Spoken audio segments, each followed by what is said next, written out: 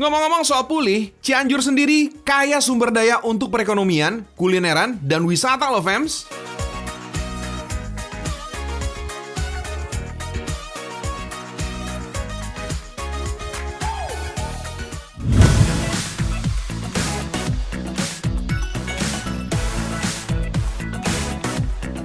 Fams, Joy mau ingetin nih fams, kejayaan, kekayaan, dan keindahan Cianjur dan sekitarnya fams.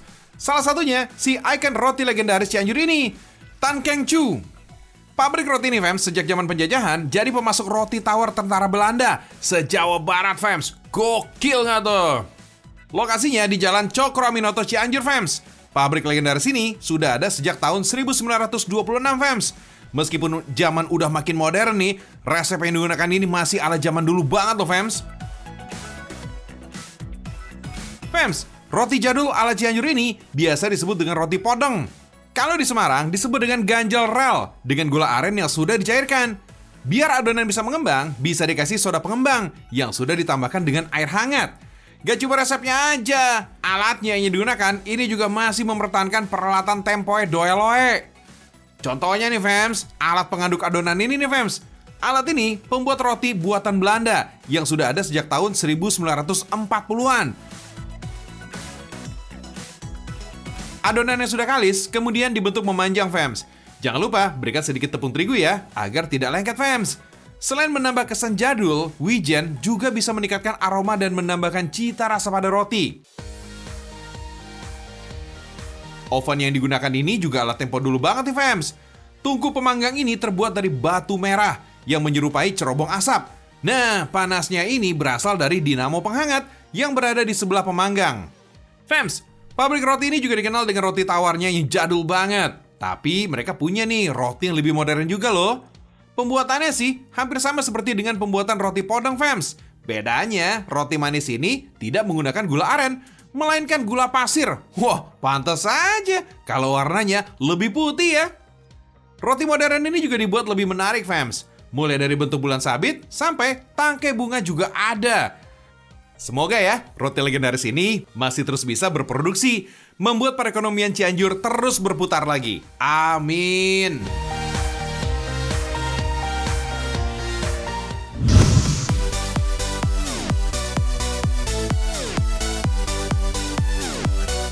Bagi yang suka dengan ayam bakar atau ayam panggang, ada makanan khas dari daerah Pasundan nih fams. Hayam bakakak alias ayam bakakak.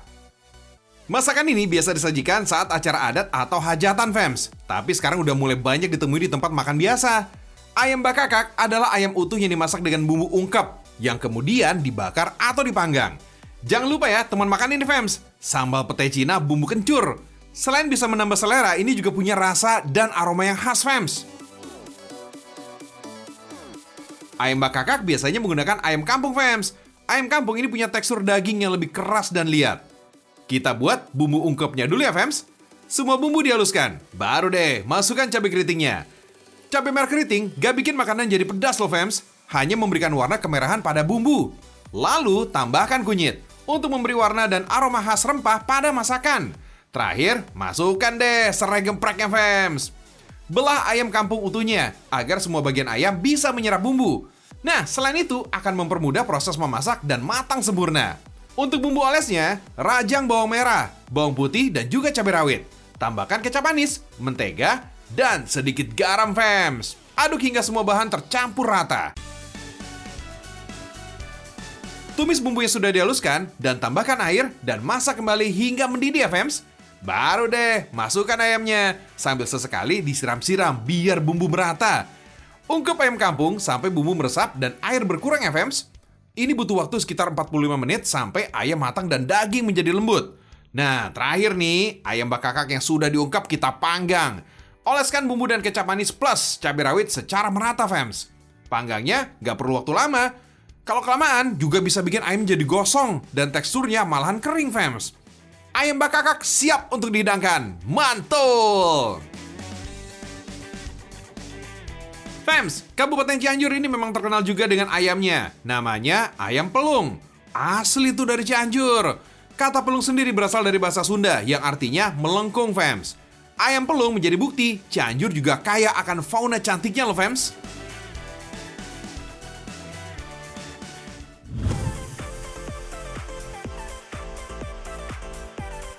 Ini dia nih kekayaan kuliner Cianjur selanjutnya nih fams.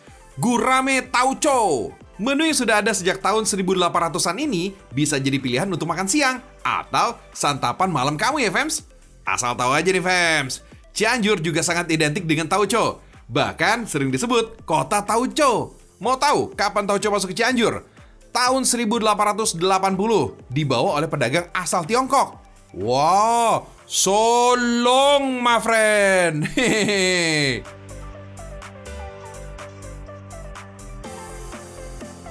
Pastinya menu satu ini gak kalah enak fams. Lihat nih, ikan dengan bumbu tauco khas dari Cianjur. Widih, juara ya. Oh iya, tauco ini terbuat dari hasil fermentasi kacang kedelai. Sering digunakan sebagai bumbu tambahan dalam berbagai masakan dari tanah Sunda, seperti geco atau toge goreng fams. Yang bikin berbeda, tauco ini dibuat dari daging ikan gurame tepung yang digoreng crispy. Sama seperti masakan khas Cianjur lainnya fams. Penambahan tauco di dalamnya untuk menjaga kelestariannya agar bumbu masak ini tetap dikenal oleh masyarakat luas. Sebelumnya, tauco ini diolah dengan aneka bumbu agar rasanya semakin nikmat. Iris sereh, lengkuas, jahe, dan bawang. Aneka bumbu rempah ini bisa meminimalisir aroma tauco yang memang cukup menyengat. Kemudian, tumis bumbu sampai mengeluarkan aroma harum, disusul tauco fams. Dalam 100 gram tauco, ternyata ini mengandung 166 kalori, 10 gram protein, 24 gram karbohidrat, terdapat juga lemak nih fams, kalsium, fosfor, vitamin A, B1, dan C. Dalam proses pembuatannya, tauco menggunakan garam yang cukup banyak. Proses fermentasi ini membuat cita rasa tauco menjadi agak asam fams. Wah, kalau udah diolah menjadi saus begini, rasa tauco dijamin mantul. Gak kalah nih dengan saus-saus ala kekinian fams. Nah, menurut sejarahnya tauco Cianjur ini dikenal sejak tahun 1800-an fams. Disinilah tempat produksi yang mempeloporinya fams. Hebatnya lagi, usaha produksi bahan masakan ini tetap bertahan sampai sekarang. Dan dikelola oleh generasi keempat loh. Semoga bertahan terus, dan terus ya. Kalau udah matang, siram di atas ikan gurame fams. Jangan lupa ditambahkan daun bawang. Tinggal santap fams.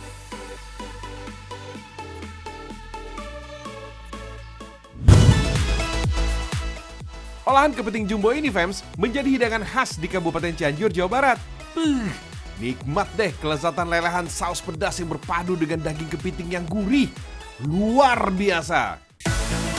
Seafood di sini terkenal murah meriah fams. Nikmat dan bersahabat buat kantong kamu juga. Nah, menu keunggulannya si jumbo kepiting merah ini. Di balik cangkang kerasnya ada kelembutan dan tebalnya daging kepiting. Udah kayak nemu harta karun aja nih menikmatinya. Fams, banyak orang menghindari daging kepiting karena mengandung kolesterol yang cukup tinggi. Padahal makanan laut yang satu ini punya banyak nutrisi penting yang lainnya loh fams. Kalau dikonsumsi nggak berlebihan, kepiting ini mampu membantu memelihara kesehatan jantung, baik untuk otak dan membantu memelihara sistem kekebalan tubuh. Wah, cocok nih buat kondisi sekarang nih fams. Oh iya, buat kamu penggemar seafood yang nggak suka pedas, bisa jajal nih hidangan berkuah yang satu ini fams. Kuahnya menyegarkan, isian seafood di dalamnya melimpah ruah. Mantep lah. Ini dia nih fams, primadonanya. Kepiting merah alias sea red crab yang ukurannya besar. Jadi jaminan dagingnya di dalamnya ini juga tebal fams. Kalau mau dimasak, hancurin dulu ya fams, supaya bumbu ini bisa meresap sempurna ke dalam daging. Untuk ngurangin aroma amis, daging kepiting ini diberi perasan jeruk nipis saja fams. Efektif juga loh untuk memberikan kesegaran pada dagingnya. Jangan lupa taburi sedikit garam untuk membantu kerja jeruk nipis. Sama-sama bisa mengurangi amis fams. Sambil menunggu kepiting dimarinasi, kita olah dulu nih bumbunya. Potongan cabai, bawang, dan bombay dimasak bersama aneka kecap dan saus sebagai pelengkap. Gak usah lama-lama, cukup sampai aroma harumnya tercium. Kepiting merah ini bisa masuk ke penggorengan. Warna merah pada cangkang kepiting karena hewan crustacean ini memiliki kandungan protein dan pigmen. Saat mulai dimasak dan terpapar panas, zat pigmen dan protein di cangkang kepiting terlepas sehingga warnanya menjadi merah atau makin menyala.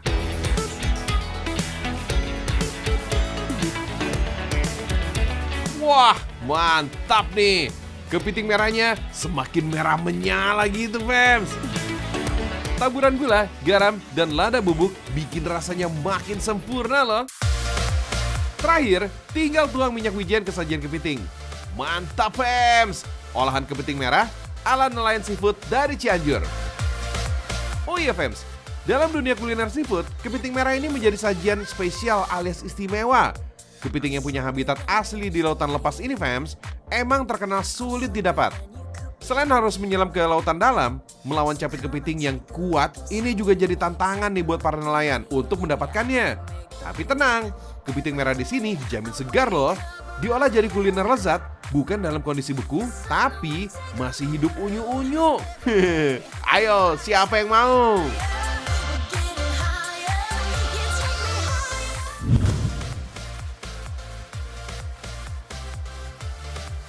Ngomongin soal Cianjur, rasanya nggak afdol nih kalau cuma bahas kulinernya doang ya. Kita bahas juga nih yang bikin segar kalau kita nyebur. Iya, air. Wisata air di kota Cianjur, wah ini terkenal banget, Fems. Salah satunya air terjun ini nih, Fems. Ada belasan air terjun yang biasa kita manfaatkan untuk berwisata. Ini juga nih yang bikin perekonomian Cianjur bisa cepat pulih ya. Kalau banyak juga yang berwisata air ke Cianjur.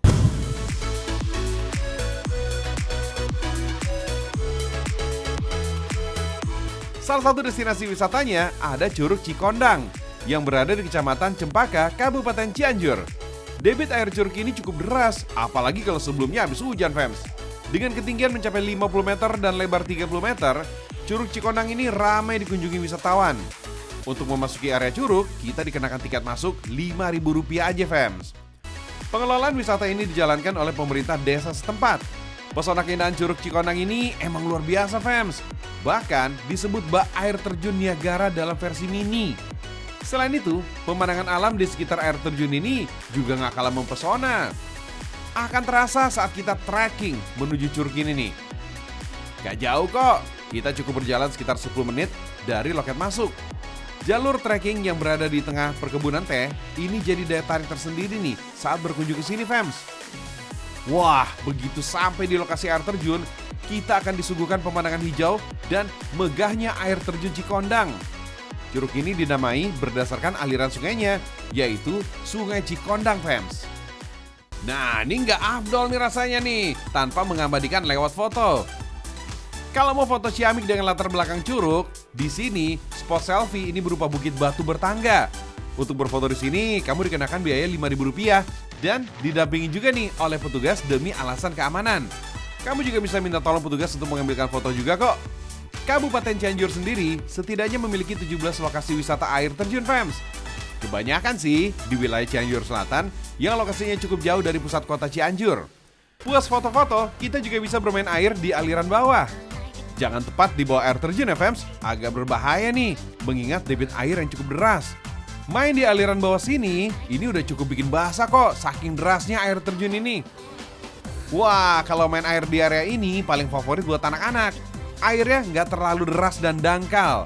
Tapi tetap harus hati-hati ya, karena bebatuannya cukup licin, Fems. Kalau nggak mau main air dan sekedar ingin menikmati suasana aja, di sini juga disediakan beberapa saung untuk berteduh dan bersantai kok, Fems.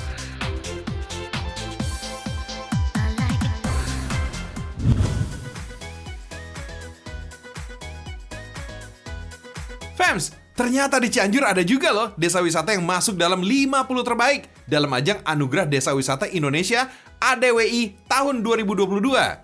Situs Gunung Padang di Kabupaten Cianjur, Jawa Barat, Fems. Mantap deh. Salah satu keunggulan dari Gunung Padang ini, Fems, karena adanya situs Megalithicum atau punden berundak terbesar di Asia Tenggara. Oh my wow. Kemendikbud pada tahun 2014 lalu juga sudah menetapkan situs Gunung Padang ini sebagai cagar budaya nasional. Tapi sayangnya, Fems, wisata situs Gunung Padang ini terkena dampak gempa bermagnitudo 5,6 yang mengguncang Cianjur. Beruntung deh, kerusakan di situs bersejarah ini hanya sekitar 5 hingga 10% saja. Dan sedang dalam pemulihan nih, Fems. Jangan khawatir, masih bisa kok berwisata sejarah ke situs Gunung Padang ini. Kampung Gunung Padang, Desa Karyamukti memang dikenal luas oleh para akademis dan arkeolog sebagai situs peninggalan zaman Megalithicum. Daya tarik situs cagar budaya Gunung Padang ini pertama kali dilaporkan oleh penduduk setempat pada tahun 1979, fams. Punden Berundak Gunung Padang merupakan salah satu warisan budaya yang menggambarkan perilaku manusia prasejarah, fams. Ya, perilaku pada sekitaran 3.000 sampai 2.000 tahun yang lalu lah. Punden Berundak ini berupa buatan manusia, terbuat dari batu alam. Punden Berundak ini memiliki 5 undakan atau dikenal juga dengan teras, dimulai dari teras 1 di utara sampai teras 5 di selatan. Situs Gunung Padang ini memiliki luas 291.800 meter persegi. Puaslah ngelilingin situs ini, fams.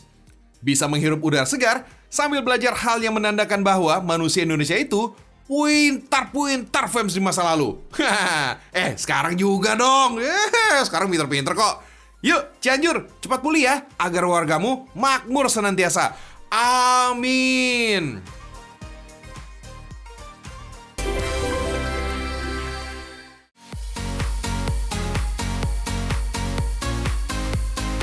Gak kerasa, fams, udah 30 menit aja nih Joriji nemenin kamu di pagi-pagi ini sambil membahas ada apa dengan negeri kita tercinta ini.